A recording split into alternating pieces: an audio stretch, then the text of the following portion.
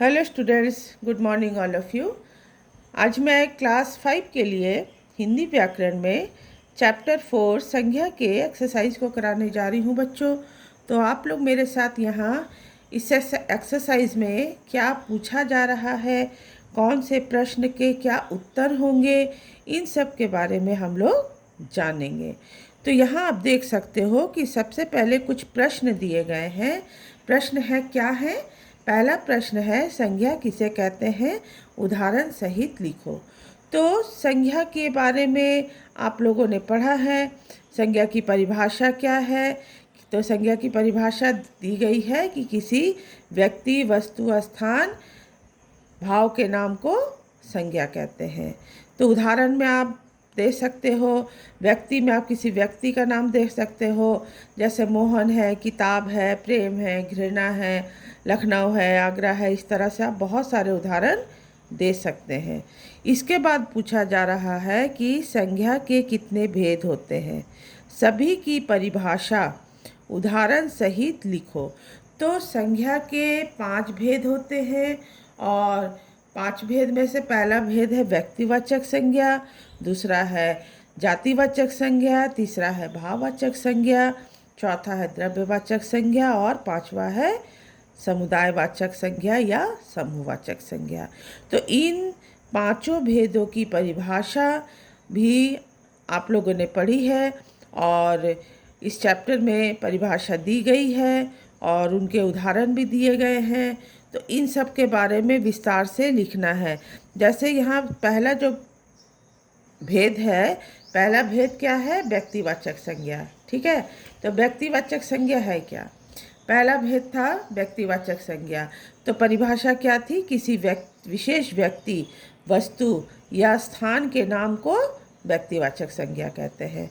तो व्यक्तिवाचक संज्ञा कहने का अर्थ है कि इसके उदाहरण का जो भी दिया गया है, जो भी उदाहरण आते हैं, वो एक विशेष नाम का बोध कराते हैं। जैसे आप यहाँ देखो कि गंगा भारत की पवित्र नदी है, तो इसमें गंगा और भारत है। राजेश लखनऊ में रहता है, तो यहाँ राजेश और लखनऊ है। तो आप जानते हैं कि गंगा जो एक नदी का नाम है और गंगा एक ही नदी है, गंगा और कोई दूसरी नदी का नाम नहीं है। इसी तरह भारत देश का नाम है, कोई और दूसरा भारत देश नहीं है। राजेश व्यक्ति का नाम है और लखनऊ जो है लखनऊ स्थान का नाम है और एक ही लखनऊ है, दूसरा और लखनऊ स्थान नहीं है। तो एक विशेष नाम का बोध कराता है, तो वो हो जाएगा व्यक्तिवाचक संज्ञा। दूसरा भेद था कि जातिवाचक संज्ञा। तो जातिवाचक संज्ञा कहने का अर्थ है कि किसी जाति या वर्ग का बोध कराने वाले संज्ञा शब्दों को जातिवाचक संज्ञा कहते हैं। तो इसमें जो भी उदाहरण यहाँ दिए गए हैं वो एक विशेष नाम का बोध नहीं करा रहे, बल्कि पूरी जाति का बोध कराते हैं। जैसे मैं उदाहरण में आपको कह सकती हूँ पेड़। पेड़ कहने का अर्थ है कि दुनिया में जितने भी पेड़ हैं वो सारे उस पेड़ जाति में आते हैं। अगर मैं ये कहती हूँ कि आम का पेड़ या जामुन का पेड़, तो एक नाम का, विशेष नाम का बोध हो रहा है। लेकिन यदि मैं सिर्फ कहती हूँ पेड़, तो पेड़ कहने से क्या है? पूरी पेड़ जाति का ही बोध होता है। तीसरा भेद क्या है? तीसरा भेद है भाववाचक संज्ञा। भाववाचक संज्ञा है किसी व्यक्ति या वस्तु के गुण, दोष, अवस्था या भाव के नाम को भाववाचक संज्ञा कहते हैं। तो भाववाचक संज्ञाओं का क्या होता है कि आकार प्रकार नहीं होता है, इसको केवल हम अनुभव कर सकते हैं या महसूस कर सकते हैं। इसके बाद चौथा भेद क्या था? चौथा भेद था द्रव्यवाचक संज्ञा। ठीक है, द्रव्यवाचक संज्ञा क्या है? धातुओं या ऐसे द्रव्यों के नामों को द्रव्यवाचक संज्ञा कहते हैं जिनसे दूसरी चीज़ों का निर्माण होता है। तो दूसरी चीज़ों का निर्माण होता है कहने का मतलब है कि जो भी उदाहरण में ये नाम दिए गए हैं, इनसे क्या बन रहा है? कोई दूसरा चीज़ बन रहा है। जैसे सोना, चांदी, ये धातु है, इनको गलाकर बहुत सारे आभूषण, बहुत सारे जेवर बनाए जाते हैं। इसी तरह लोहा को गलाकर अन्य चीज़ों का निर्माण होता है, दूसरी चीज़ें बनती हैं। घी भी दूसरे खाने की चीज़ों में काम आता है। तेल से भी बहुत तरह के खाना बनता है और चीनी से भी बहुत सारे दूसरे चीज़ों का निर्माण होता है। तो दूसरी चीज़ों का निर्माण हो रहा है, ये अपनी ही अवस्था में नहीं रहेगा। जैसे सोना है तो सोना ही नहीं रहेगा, सोना को गलाकर आभूषण बना, तो दूसरी चीज़ों का निर्माण किया जा रहा है। फिर यहाँ जो पांचवा और अंतिम भेद था समुदायवाचक संज्ञा। समुदायवाचक संज्ञा क्या है? समूह या समुदाय का बोध कराने वाले संज्ञा शब्दों को समुदायवाचक संज्ञा कहते हैं। तो समुदाय या समूह कहने का अर्थ है कि जहाँ पर एक से अधिक लोग उपस्थित होते हैं। उदाहरण आप देख सकते हो, सेना, झुंड, पुलिस, मंडली, टोली, कक्षा आदि। तो ये सारे उदाहरण जो यहाँ दिए गए हैं, ये इन उदाहरणों में आप समझ सकते हो कि यहाँ पर क्या हो रहा है, एक से अधिक लोगों की भीड़ होती है, एक से अधिक लोग उपस्थित होते हैं, ये समूह होता है। जैसे आप यहाँ लिख सकते हो झुंड। झुंड का मतलब क्या हो रहा है कि एक कोई अकेला व्यक्ति वहाँ नहीं होगा, वहाँ पर क्या होंगे, बहुत सारे व्यक्ति होंगे, तो वो एक झुंड होता है। भीड़ है, भीड़ भी आप ले सकते हो। भीड़ में कहने का अर्थ है कि बहुत सारे लोग वहाँ उपस्थित होते हैं। ठीक है, तो इस तरह से ये उदाहरण जो यहाँ दिए गए हैं, ये समुदायवाचक संज्ञा को संबोधित करते हैं। तो ये प्रश्न जो पूछा गया था कि संज्ञा के कितने भेद होते हैं, सभी की परिभाषा उदाहरण सहित लिखो। तो अभी हम लोगों ने संज्ञा के पांचों भेदों की परिभाषा और उसके उदाहरण के बारे में जाना। अब यहाँ क्या बोला जा रहा है, रिक्त स्थानों की पूर्ति दिए गए शब्दों के भाववाचक रूप से करो।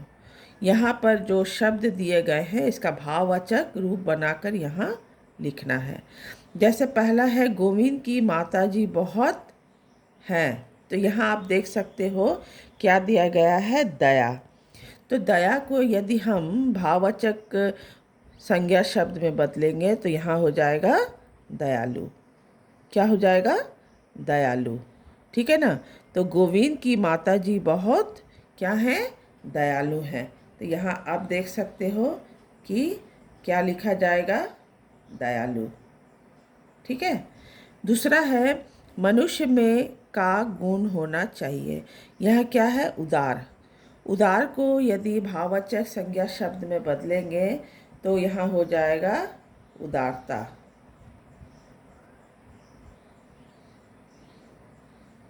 क्या है, उदारता।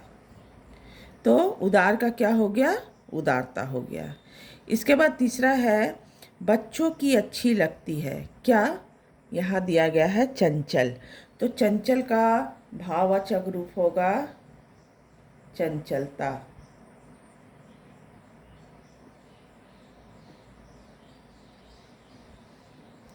इस तरह से। तो यहाँ हो गया, बच्चों की चंचलता अच्छी लगती है। चौथा है, रीमा के व्यवहार में मुझे नज़र नहीं आया। यहाँ कोष्टक में आप देख सकते हो कि अपना दिया गया है। तो अपना को भाववाचक संज्ञा शब्द में बदलेंगे तो हो जाएगा अपनापन।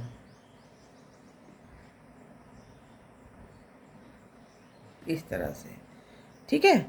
इसके बाद पांचवा है, कृष्ण ने सुदामा के साथ निभाई। यह क्या है, मित्र। तो मित्र को भाववाचक संज्ञा शब्द में बदलेंगे तो हो जाएगा मित्रता। इस तरह से। तो यहाँ क्या क्या हुआ, गोविंद की माताजी बहुत दयालु हैं। दूसरा, मनुष्य में उदारता का गुण होना चाहिए। तीसरा है, बच्चों की चंचलता अच्छी लगती है। चौथा है, रीमा के व्यवहार में मुझे अपनापन नज़र नहीं आया। पांचवा है, कृष्ण ने सुदामा के साथ मित्रता निभाई। तो इस तरह से जो शब्द दिए गए थे उसका भाववाचक संज्ञा शब्द बनाकर हम लोगों ने रिक्त स्थानों में लिखा और उसे जाना। इसके बाद बोला जा रहा है बच्चों कि सही कथन के सामने सही और गलत कथन के सामने गलत का चिन्ह लगाने के लिए कहा जा रहा है। तो पहला जो वाक्य दिया गया है, किसी व्यक्ति, वस्तु, स्थान या भाव के नाम को संज्ञा कहते हैं। तो क्या यह कथन सही है?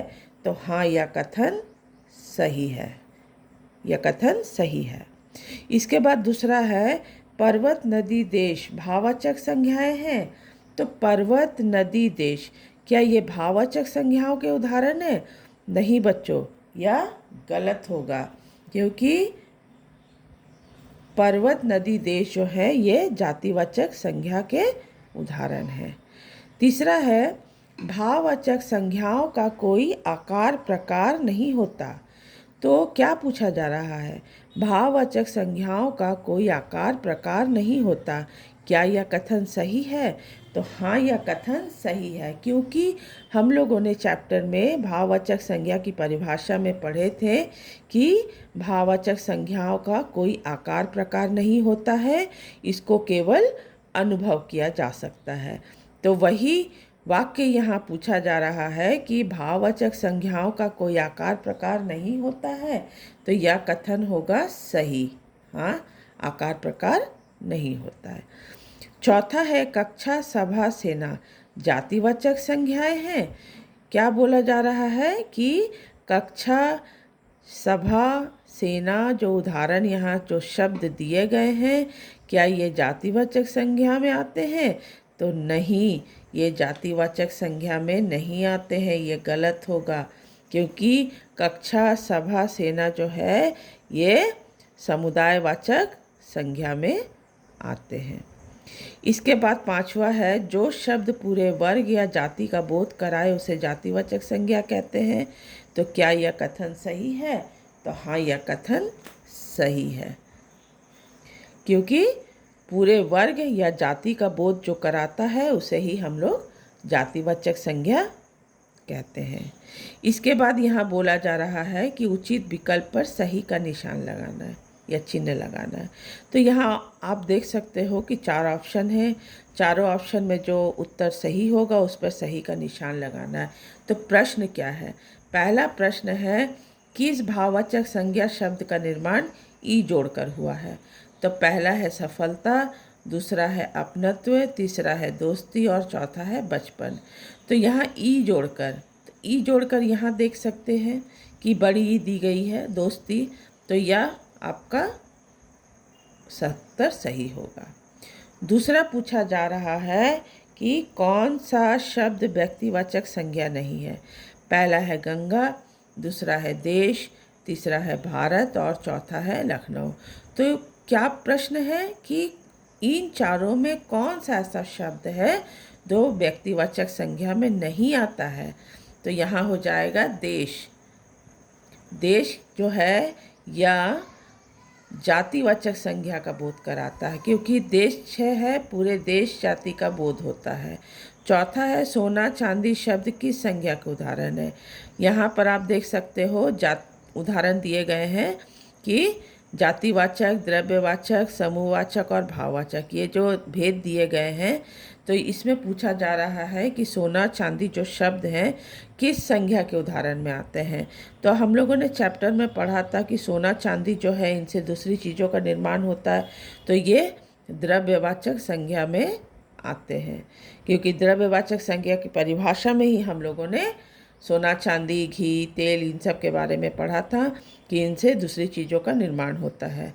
फिर पूछा जा रहा है मंडली टोली कक्षा किस संज्ञा के उदाहरण है? तो यहाँ पर संज्ञा के भेदों के नाम हैं समूहवाचक, भाववाचक, द्रव्यवाचक और जातिवाचक। तो मंडली टोली कक्षा ये उदाहरण जो है हम लोगों ने समूहवाचक या समुदायवाचक संज्ञा में पढ़ा था। ठीक है ना? तो इस तरह से आपको पहले प्रश्न को समझना है कि प्रश्न क्या पूछा जा रहा है, तब आप सही उत्तर पर निशान लगा पाएंगे। फिर प्रश्न बनता है कि आप यहाँ देख सकते हो क्या बोला गया था, हम लोगों ने चैप्टर में पढ़ा था कि नीचे दिए गए शब्दों में क्या जोड़ा है। नीचे यहाँ जो शब्द दिए गए हैं ये प्रश्न बनेगा कि नीचे दिए गए शब्दों में या ता जोड़कर भाववाचक संज्ञा बनाना है। तो यहाँ पर जितने सारे शब्द दिए गए हैं इसमें ता को जोड़कर भाववाचक संज्ञा बनाना है। फिर प्रश्न दे सकते हैं कि दिए गए शब्दों में आई जोड़कर भाववाचक संज्ञा बनाना है या बनाओ। तो यहाँ पर भी आपको शब्द दे दिए जाएंगे और क्या करना है, आपको आई जोड़कर क्या करना है, नया भाववाचक संज्ञा शब्दों का निर्माण करना है। तो इस तरह से आपको जितने भी यहाँ शब्दांश दिए गए हैं इन शब्दांशों को ध्यान से पढ़ना है और जानना है कि शब्दांश को जोड़कर कौन से नए शब्दों का निर्माण होता है और किस तरह से उसे हमें लिखना है। जैसे मैं एक छोटी सी चीज़ आपको यहाँ बताई थी कि जब देखिए पन में यहाँ पर लड़का में क में आकार हटेगा, क्योंकि आप देख सकते हो ना यहाँ पूरा है, चा यहाँ पर हट गया है, माँ में पूरा है और या में भी पूरा आ की मात्रा दी गई है, लेकिन लड़का में क में आकार हट गया है। यहाँ लड़का का पन जोड़ेंगे तो होता है लड़कपन। बच्चा में भी आप देख सकते हो कि बच्चा को बच्चापन नहीं लिखा गया है। यहाँ बच्चा में बच्चापन नहीं लिखा गया है। यहाँ ध्यान देने वाली बात है बच्चों कि बच्चा में बच्चापन नहीं लिखा गया है, उसमें पन जोड़कर क्या जोड़ लिखा गया है, बचपन। ठीक है, ये आधा च आकार ये हट गया है और यहाँ हो गया ब च पन, तब यह हो गया बचपन। तो ये छोटी छोटी चीज़ों को ध्यान देना बहुत ही ज़रूरी है, और जब आप इसे पढ़ते हैं ध्यान से इसे पढ़ें, इसे जानें कि इसमें क्या बताया जा रहा है, क्या समझाया जा रहा है। तो इस तरह से हम लोगों ने एक्सरसाइज को पढ़ा, उसे जाना कि एक्सरसाइज में क्या पूछा जा रहा है और किस प्रश्न के क्या उत्तर होंगे बच्चों। तो इसे पढ़ें, इसे समझें और अच्छे से इसे देखें कि क्या इसमें समझाया गया है। इसके आगे का जो भी वर्क है मैं आगे क्लास में फिर आपको बताऊंगी। Thank you.